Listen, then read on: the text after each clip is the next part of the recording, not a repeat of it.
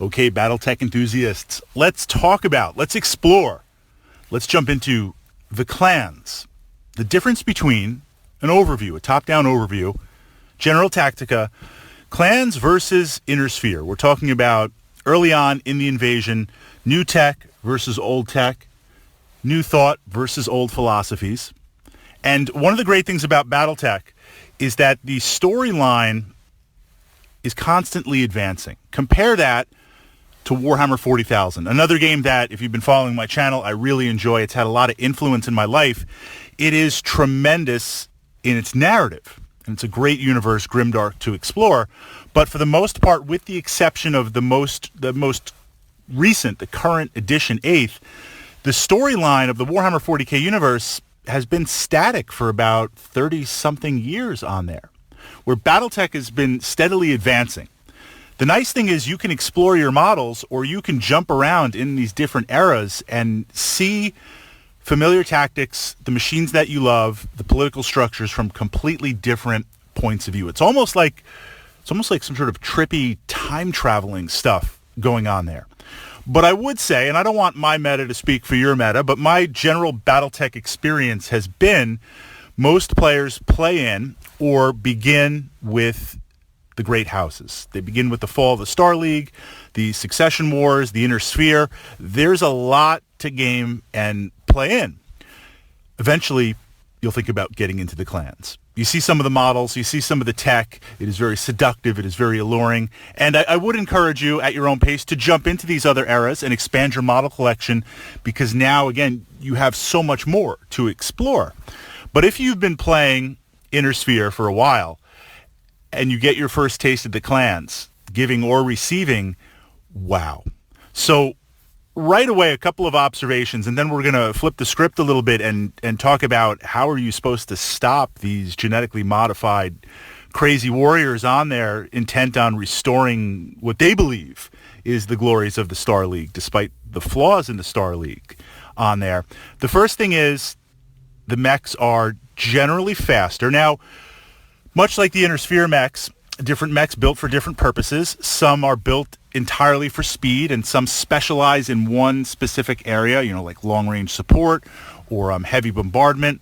But if we look across the spectrum, generally speaking, all of the stat lines across the spectrum, the clans are going to be faster because they have more powerful engines. They're going to mount better or equal armor value on there, because their components take up less weight. Their components are more efficient. That leaves more tonnage, even though we're pressing up against maximum armor bubble values. That essentially allows more places to hang your armor. So expect to fight equal or greater armor value for the tonnage. Weapons are massive. They have a longer range. You're going to see most of the weapons, they shoot easily into the 20s, the low 20s, the mid 20s range on there. They generate equal or slightly more heat, but there is an offset to that. Damage, it seems like everything is shooting 10, 15, 20 points of damage on there. You've got ER PPCs, extended range, putting out 15 points. You've got ER lasers putting out 10 points over 8. So everything is accelerated on there. And then based on the weapons profiles and equipment that you choose, it is very, very easy. It is very easy to put in targeting computers, put in probes, put in streak missiles, get various +1, -1 modifiers and bonuses to your shooting. Combine this with double heat sinks on there, and while a lot of mechs, you do still have to watch the heat, you can push the heat so much more. So essentially what this really means is, if you look at an average turn of Battletech, you advance, I advance, we do some shooting, maybe there's some physical attacks. Everything that happens in there, the shooting and the reduction of armor bubbles and the damage taken, that happens 3 times faster. Or maybe, 2 times faster, 2.5 times faster with the clans. So it's almost like you are playing at an accelerated pace if you're playing the clans or facing the clans, while the Inner Sphere is still stuck at that level 1 pace on there. A very, very different type of perspective. Second layering over that is the fact that we don't really have variants. We have Omni-Mechs with different builds. Essentially, the components are weapon pods that let you mix and match and push and pull on there. So a lot of different variants, a lot of ways to explore. And then the combined arms is interesting because while the clans do have access to air and tank support, for the most point, it's their elementals and their battle armor, mini-mechs running around. And these have they're halfway between the durability of a tank, the maneuverability of infantry, the weapon systems of a light mech on there, plus they can make swarming and close combat attacks. Point-wise, obviously they're more expensive than infantry, not as expensive as tanks. They're pretty solid. There's ways you can transport them into the game, literally riding on mechs. So that combination of a star where you have the battle armor with the mechs, it makes the clans extremely potent.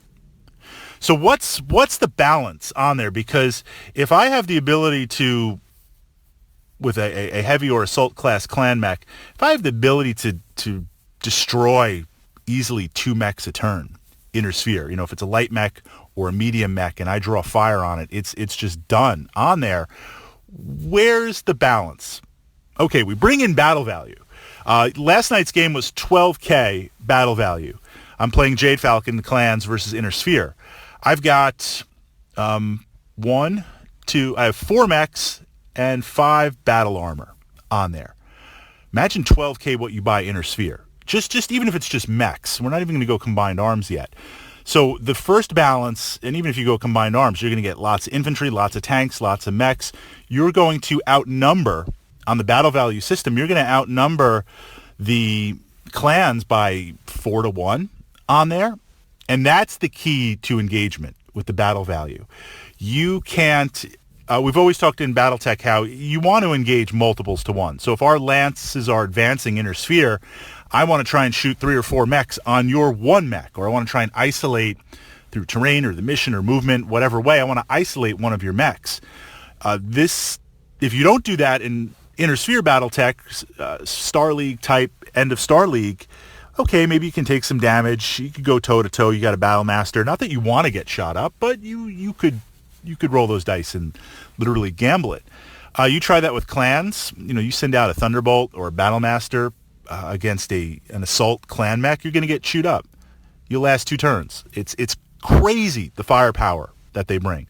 And if the clans can engage you with multiple mechs, ganging up on 1 or 2 of your mechs, you're in trouble. You're losing mechs and vehicles every turn. So you really, really need to be, I would say, more aggressive and really, really pushing forward on there. Now, the other balancing mechanism, and I believe in this. Tactically, sometimes it's a pain if you're looking at just the pure win.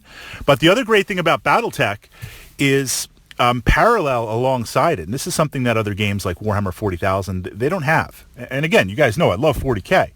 I'm the ultimate 40K fanboy there. Battletech, throughout its development early on, has had a role-playing game, a role-playing system in place. That does 2 things. One, that actively feeds the narrative with creative content and worlds to explore. And it also allows you, if you wanted to play a role-playing game or a mini role-playing game and then switch into actual mech combat and bounce around back and forth. Again, so much to explore in the Battletech universe. So what you see with the clans, based on their genetic engineering, I mean, they bring a tear to Khan's eye with that. They have honor. They have a way of doing things. They have ways of justifying their philosophy on there, their martial philosophy. So the way, and I know I'm generalizing a little bit, but honor is key on there. Honor is key, especially how they view the Inner Sphere as mech warriors without honor. So fighting with honor, looking for the most honorable, engaging honor on there. You want to bring that in to the game. And there are rules for that, rules of engagement. If I go in with my clans, what I'm supposed to do is my star commander or whoever's the commander for my forces, he is supposed to, or she, they're supposed to issue a challenge. They're supposed to issue a challenge. Who is the commanding forces in the Inner Sphere for this engagement? Who is the most powerful mech? And if that challenge is accepted, they're supposed to engage one-on-one I'm not supposed to engage another mech. So I can engage your stalker, and as that stalker is running forward, stalker is slow, but it's pretty quick, you could run up a Jenner and start shooting me. And I'm not really supposed to. Now I could say, well, you broke the duel back and forth, but I'm really not supposed to engage other mechs, or I'm not supposed to engage things. Vehicles are different. We just completely look down on them, as a clan warrior. The other thing is, if I shoot at you, I am considered to be engaged at. I made a mistake. It's interesting jumping around. I made a mistake a couple of games back. I have two summoners, labeled Thor and Loki. And they kind of work together as a pair, right? Ragnarok, Twilight of the Gods. They're pushing forward. And there was a spider running by. And I'm like, well, this is a chance just with one of the mechs in range. I can really cripple that spider. And spider certainly isn't like a Jenner in the backfield where you've got multiple medium lasers and the SRM pack. But, it's got the two medium lasers on there. It's got some bite. So I'm like, you know what? I'll shoot at this spider. Without thinking. Well, that means I've issued a challenge. I've signaled to my lance mates that I'm going to be engaging this spider. So now I've got Thor going after the spider.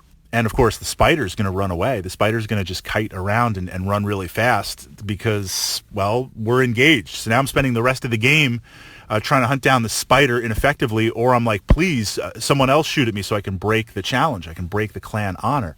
So that is a way, even with the tech, to kind of bring in. Now, you don't have to play that way. We've played games where it is just no mercy given, no mercy asked, no rules of engagement. But if you don't have that in place, then you really, really need to make sure, if you're Inner Sphere, engaging on multiples. Clans are a lot of fun, and I have to say, for a long, long time, I was very resistant to it. But it layers on this old tech versus new tech and opens up so much, especially if you're a miniature collecting fanatic. It opens up so much, and then if you jump into the clans, to kind of finish us out here, once you jump into the clans and you start buying your clan miniatures, there's midway through the invasion, there's post-invasion, where now the Inner Sphere is recapturing this tech and refitting Star League stuff into your other mechs, into the old mechs, updating them.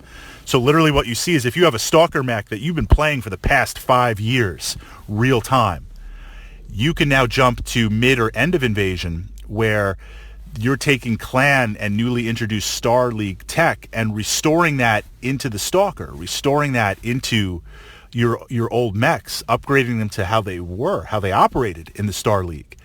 You play one of those Stalkers and you really appreciate, wow, the firepower, the craziness, the awesomeness.